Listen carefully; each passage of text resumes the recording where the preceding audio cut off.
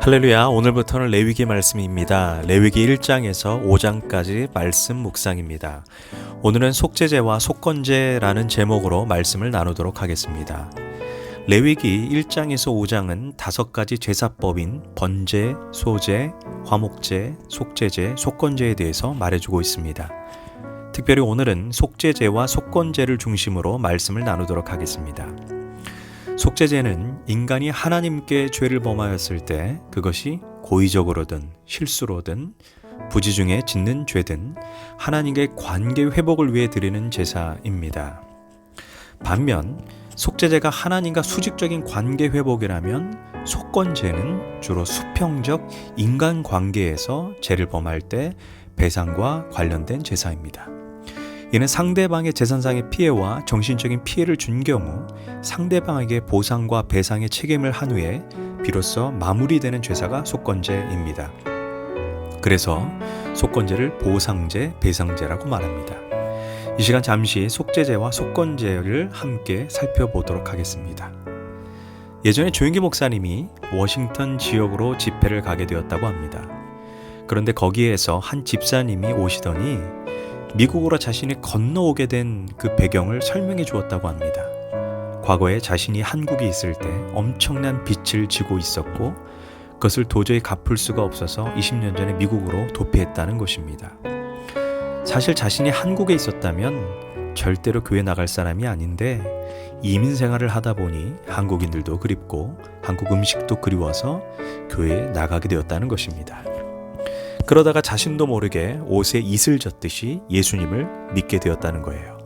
놀라운 것은 예수님을 믿고 나니 자신의 과거의 죄를 하나님께 전부 고백하고 나니 자신이 예전에 돈을 떼어먹고 온 것에 대한 죄책감이 전부 한순간에 사라졌다는 것입니다. 바로 하나님이 죄를 용서해 주셨기 때문이라는 거예요. 그래서 자유하다는 것입니다. 그때 조영기 목사님이 그분에게 이렇게 말씀해 주었다고 합니다. 물론 돈을 떼어먹고 도망온 것에 대해 하나님께 회개기도 하신 것은 아주 잘했습니다. 그것이 속죄제입니다. 그러나 그 상대방에게 피해를 준 것은 예수 믿기 전이라 해도 그것이 잘못된 것이라는 것을 깨달았다면 성경은 반드시 보상하고 배상해 주어야 한다고 설명해 주면서 그것이 속건제라고 말씀해 주었다고 합니다. 대부분의 그리스도인들 중에 예수 믿기 전에 범했던 죄악에 대해서 어떻게 해야 하는가 궁금해 하시는 분들이 있습니다. 그러나 기억해야 하는 것은 내가 죄를 지은 것은 먼저 하나님께 회개했다 손치더라도 상대방에게 피해를 준 것은 반드시 보상해 주어야 합니다. 왜냐하면 그 사람은 아직도 고통받고 있기 때문입니다.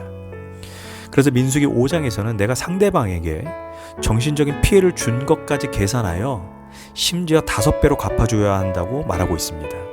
그렇다면 최소한 자기가 피해를 주고 손실을 준 원금에 대해서는 진심 어린 용서와 보상을 해줘야 합니다. 예전에 한국에 밀양이라는 영화가 있었습니다. 여자 주인공 신혜는 남편 어느 날 갑자기 죽게 됩니다. 그 슬픔을 이기기 위해 아들과 함께 밀양이라는 곳으로 이사를 하게 됩니다.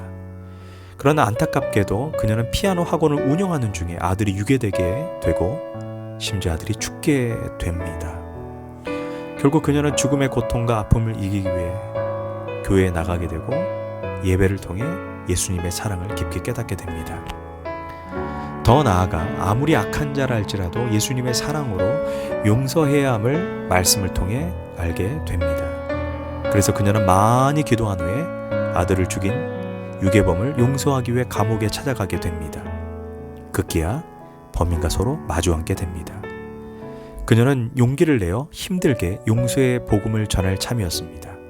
그런데 이게 웬일입니까? 범인의 얼굴이 너무나 평온해 보이고 심지어 미안한 구석도 전혀 없어 보입니다. 그래도 신혜가 용기를 내어 용서의 복음을 전하려고 할 때 그는 신혜의 말을 낚아채어 먼저 말문을 열기 시작했습니다. 자신이 감옥에 들어와서 예수님을 믿게 되었다는 것입니다. 자기가 죄 때문에 괴로워했는데 이제 예수님이 다 용서해 주셔서 마음이 평온하다는 것입니다. 그래서 이제 다른 사람에게 용서를 구하고 받을 필요가 없다는 것을 깨달았다는 거예요. 그래서 자유하다는 것입니다. 그러자 신혜는 그 말을 듣고 참을 수 없어 괴로움에 부들부들 떨면서 아니, 내가 용서하기 전에 하나님이 다 용서했다는 것인가? 소리를 지르고 정신을 잃고 밖으로 나오게 됩니다. 안타까운 것은 수많은 신앙인들의 모습 속에 그 범죄자처럼 하나님께만 용서받으면 된다고 생각하는 분들이 있습니다.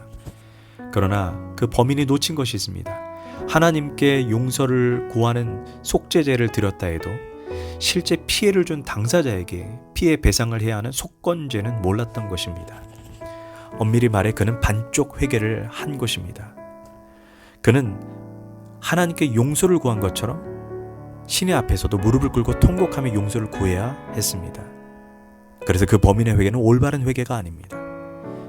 그런데 이런 모습이 바로 우리에게도 있다는 것입니다. 예수님께만 용서받으면 내가 상처 주고 피해를 주었던 사람에게 용서를 구하거나 또는 보상을 안 해도 된다고 생각하는 분들이 있습니다. 그러나 성경은 반드시 피해자에게 보상해 줘야 한다고 말합니다. 민수기 5장에는 만약 피해 대상자가 죽어서 더는 배상할 수 없다면 그 죄값을 그 친척에게라도 갚으라고 말합니다. 그런데 친척조차 없다면 그 피해액을 제사장에게 주어 하나님께 갚으라고 말합니다. 이는 하나님의 죄에 대해서 대충 눈 감고 넘어가는 분이 아니라는 의지를 보여줍니다. 오늘 말씀을 통해 하나님과의 관계에서 또는 사람과의 관계에서 속죄하고 보상해야 할 것들이 있다면 성령께서 이끄시는 대로 순종하시기를 바랍니다. 기도하겠습니다. 하나님, 오늘 속죄제와 속건제를 통해 회개가 무엇인지 배웠습니다. 우리가 사람 사이에 갚아야 하고 용서해주고 용서받아야 할 죄가 있다면 예물을 제단 앞에 두고 먼저 가서 형제와 화목하고 그 후에 예물을 드리게 하소서. 예수님의 이름으로 기도합니다. 아멘.